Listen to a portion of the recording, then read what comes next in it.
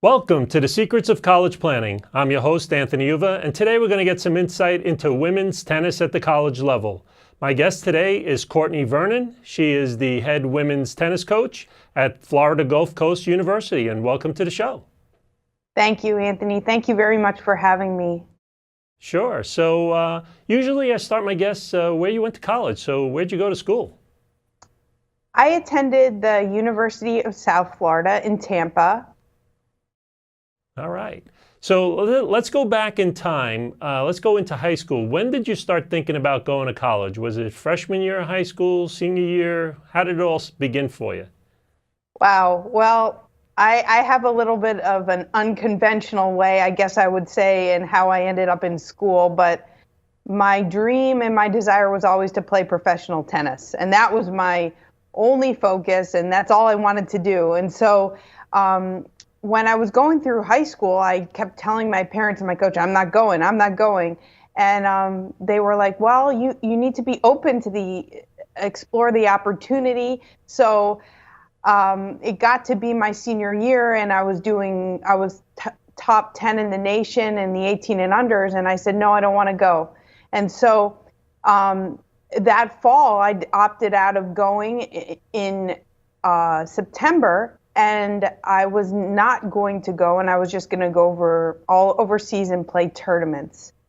Well, Gigi Fernandez, who was the coach of the University of South Florida team at the time, came to my coach and said, why doesn't Courtney just come for one semester? Try it. And with a little bit of encouragement from all sides, I ended up going, and that's kind of how my journey in college tennis started. So a little bit unconventional, but it was a really neat experience, and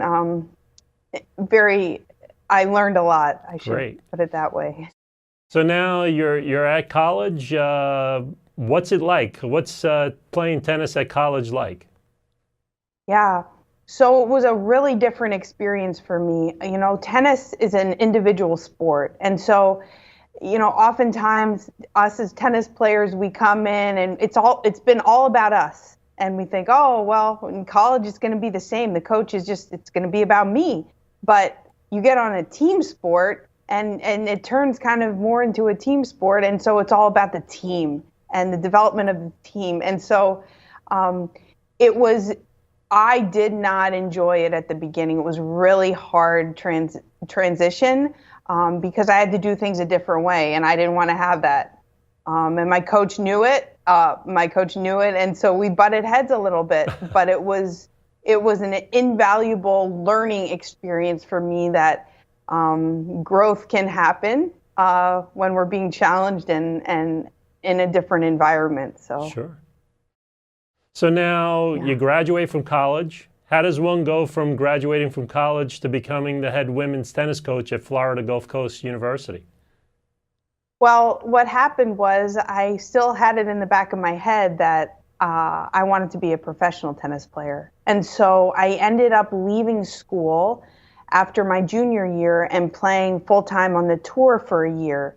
And in that year, I went all over the world and I experienced a lot, but I thought, wow, this is going to be a grind. And this is not easy. And there are 1,000 other girls more than that, trying to do the same thing. So my coach was gracious enough at USF to let me come back, even though I had given up my eligibility, and be the undergraduate assistant for the team. And so I got to, I guess, essentially put my feet in the water in college coaching. And So at that time, I kind of was like, wow, I could see myself doing something like this. So I finished my degree and helped out the team for the next year and a half. And then I started applying for college coaching jobs and ended up landing a job at Colgate University in Hamilton, New York, which is about an hour from Syracuse. I was the men's and women's assistant. At 23, I was the men's assistant coach, which was a little challenging because at the time there were guys that were 21. And, well, yes, it was a challenging but great learning and growing experience. And I was there 3 years, and then I was given the opportunity to come back and be the assistant at USF for a year, my alma mater where I had played, which was a gift. And then I got this job. I'm starting my 6th season here. So this is kind of my journey.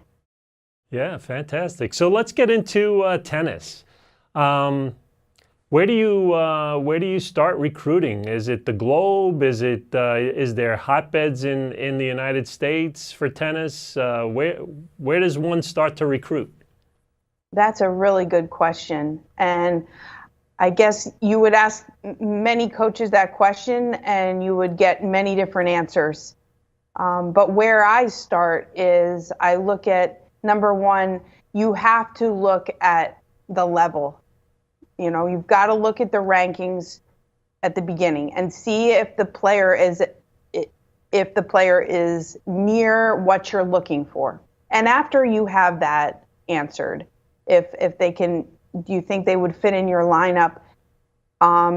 Once immediately after that's answered, I, as character and team chemistry is what I build my team around. And my girls are like a family. And that is, to me, the defining difference in our program than a lot of others, in that it has to be that way in order for them to feel like they're in a growing, thriving environment that they can keep developing. And that is what I want to do as a coach, is to develop strong women. And so I look at, to me, the most important thing is how are they with their parents? How do they interact with their parents? How do they interact with me as a coach? How do they interact when things don't go their way when they're playing a match? And so, you know, the challenge sometimes is I do recruit internationally, to answer your question. I do it a lot. Half my team is international. But the challenge with the international recruiting is you don't see them. I can't go to I have a couple girls from Spain and Argentina, and you can't get to all those places. So trying to build that connection is sometimes challenging. And I would say, but you use Skype and different mechanisms of, connecting with the girls. But in terms of in the U.S., Florida is a huge metropolis of players that come from all over the globe. So they might just be here playing a tournament, and I have the opportunity to see them play. So I have 2 girls on my team from Florida, and I have one that just graduated that's from Iowa, but she was also living down here. So I do get up to a few tournaments outside of Florida, but a lot of my recruiting happens when players come down and they'll go to tournaments in Florida, and I can stop and watch them. So now, how about skills? Do you look for quick athletes? Do you look for high-powered servers? What type of skills do these high school students, what type of skills do they need to go to college and play? That's another good question. And for me personally, I love girls on my team that are grinders. And what I mean by that is they love to get balls back, and they're willing to stay out there and work points, because I know I can develop that. And my philosophy is, if they're willing to be uncomfortable and stay in the point, I can teach them how to move in and be aggressive. And so a lot of the girls that I look at, are they're tough girls, like mentally tough, I would say. So They now, have a more smaller girls. I have a couple of my girls are from Spain, and they're very fast. So tournaments. You talked about tournaments. Are there specific tournaments that students should be playing in? Is there USTA type tournaments? Are there amateur yeah, tournaments? What type of tournaments should these high school students be playing in? that's a good question. The USTA is all encompassing in the United States. So those tournaments are always great to be playing. They also have started the UTR, which is the Universal Tennis Rating, has also started having tournaments in the US. And that's a great way to have coaches notice you. And because that also is all encompassing in the whole world in terms of rankings. And so being out, and especially I would say with girls, sometimes, you know, us as coaches see girls, oh, maybe they pull out of a tournament, they don't want to lose to someone. Well, that's not always a good vibe that you want to be showing a coach. Like, you want to be willing to go and play a lot, because the coach is going to think, oh wow, like they want to be out there, they want to keep getting better. And so just getting out there and playing matches at any tournaments is a great way for you to build your ranking, for you to build your confidence, and for you to be noticed by a coach. Now, is that a So big thing in tennis? Do you have to be ranked? Do you have to be nationally ranked? Is it regionally ranked to go on to college to play? that's a good question. At the Division 1 level, yes, you need to be ranked. I would say it's very much kind of an expectation. Yes. Okay. And is there a particular ranking that you need to have to go to a Division 1 type school? Do you have to be in the top 100, 500? It just depends. I mean, the ranking system is set up differently with the USTA and with the UTR. So with the UTR, everybody that plays tennis is essentially on the UTR. Like Federer's on the UTR. I don't even know what number he is, maybe a 16. And a lot of girls on my team are 10s. So, and 10.1, 10.4, like so I'm looking around those numbers for a school like here, while another Division 1 school that's a higher level, and I should, I will say higher level because they are right now, that not that they're going to be, they might be looking at someone with a little bit of a higher UTR, and they're able to get that recruit where we're working our way towards there. So, and then maybe a school that's not our level is looking for someone at like an 8 UTR. So I say to recruits, even if this isn't the school, there is a school, if you have a ranking and you're playing, that is looking for what you can give it. Gotcha. So Now, how about grade-wise? Does everyone have to have a straight A type grade, or could you get in with a B? well, I have to be honest and say I joke about this a little bit because, and I tell my ladies on the team this, grades now to me as a coach are very important, because I think it is, we want to be consistent in every area. So in the classroom, on the court, and everywhere. But and here I do have an expectation. Some coaches do. Mine is a 3.5, but some coaches don't hold that. And when I was in school, I didn't put any emphasis on my grades. And so I say I did myself a disservice. But it just depends on the school. And some schools, it's more rigorous to get in.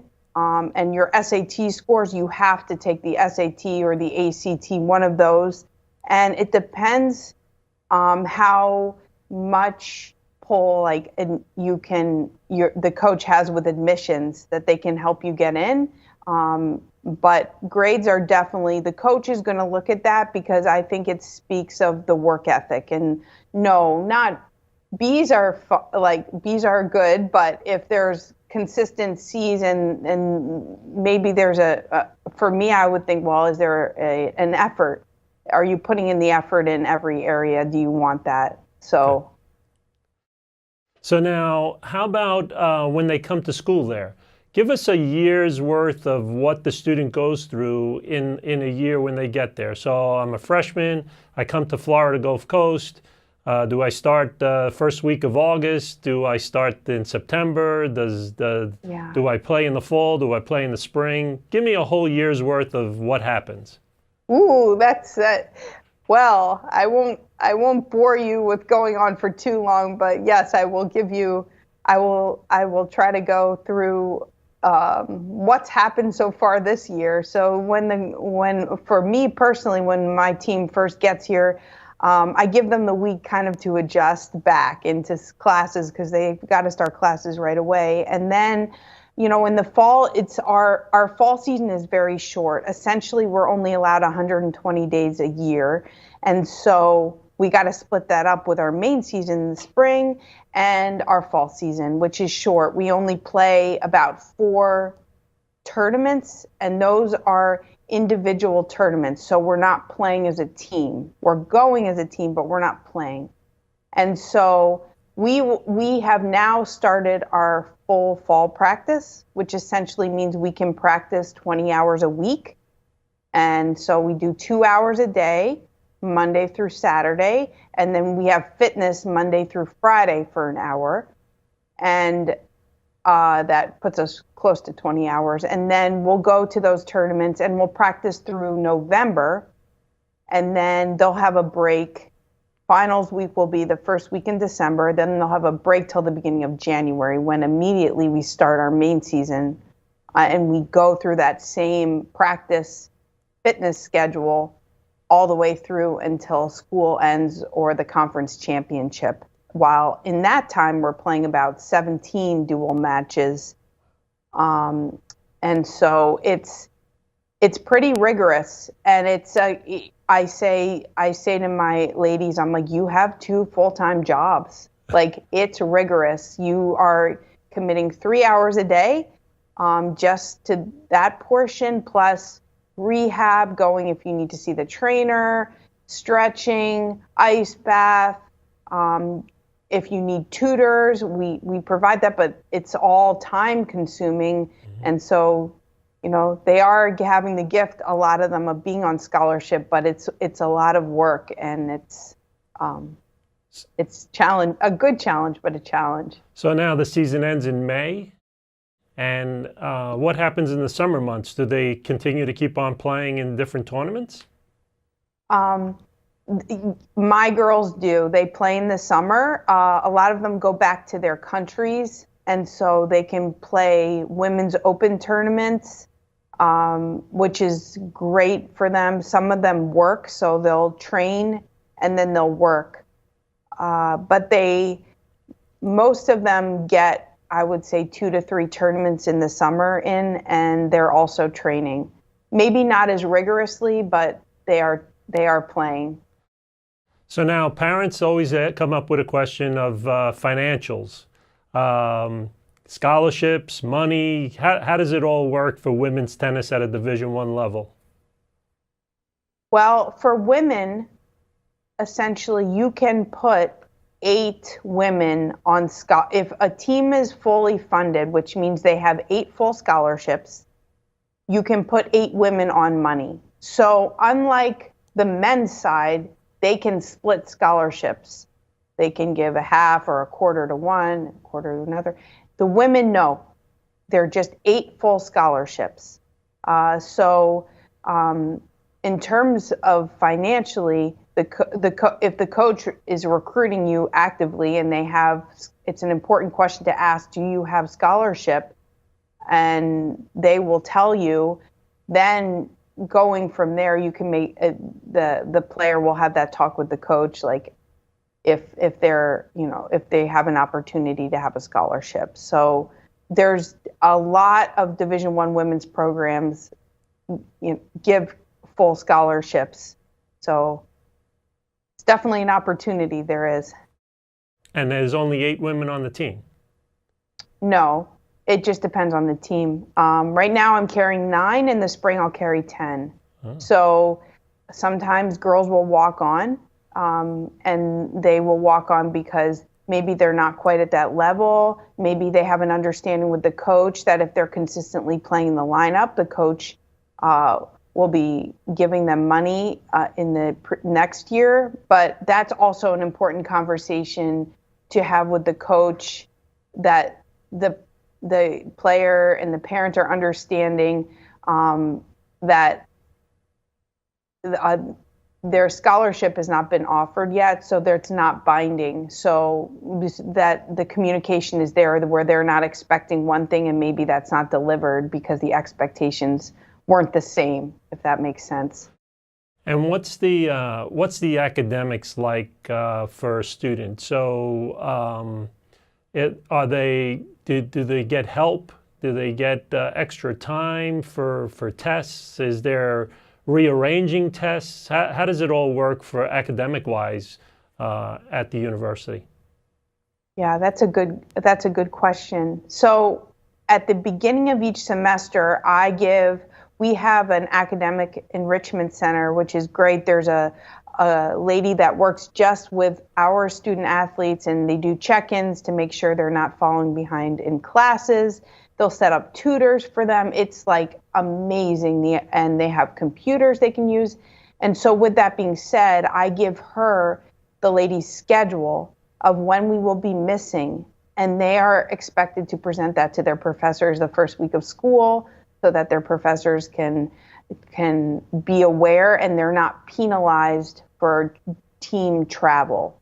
So there is an understanding, and most professors are really supportive and helpful in that the student athletes feel like they're getting what they need even though they can't be in class, because that is a big challenge. If a team is gone for 3 or 4 days, you're missing a lot of information.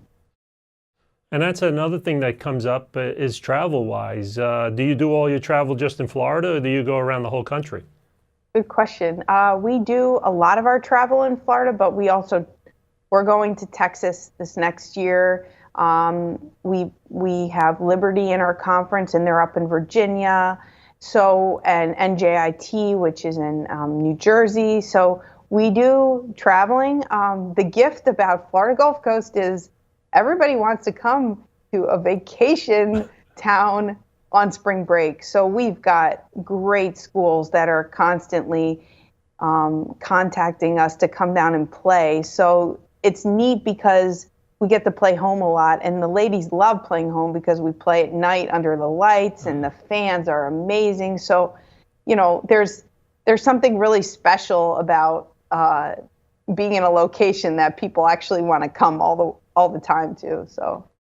Well, that brings up another question then. What is Florida Gulf Coast like? When a student comes there, what's the atmosphere? What's it like being at the school? Man, it's really neat. It's interesting because a couple of my international girls weren't able to come to the campus before they signed because they just couldn't come over here. It's so expensive until they started. And they walk on the campus and they're like, "Coach, those pictures didn't do it justice," because we have a beach on campus, and they walk out the back of their dorms and they're on the beach, and the front of the dorms are on the tennis courts. And we're on a nature preserve also, so it's just like beautiful, and it's very unique. It is unique in that it's warm all the time, and the environment is just kind of laid back but very safe. And I always say that to parents, like, you're not going to find a safer campus. I think our policemen tend to get bored here, which is a good thing. We want them bored in terms of crime. So that's an advantage for the school, I guess, for recruiting wise. Yes, for sure. Good.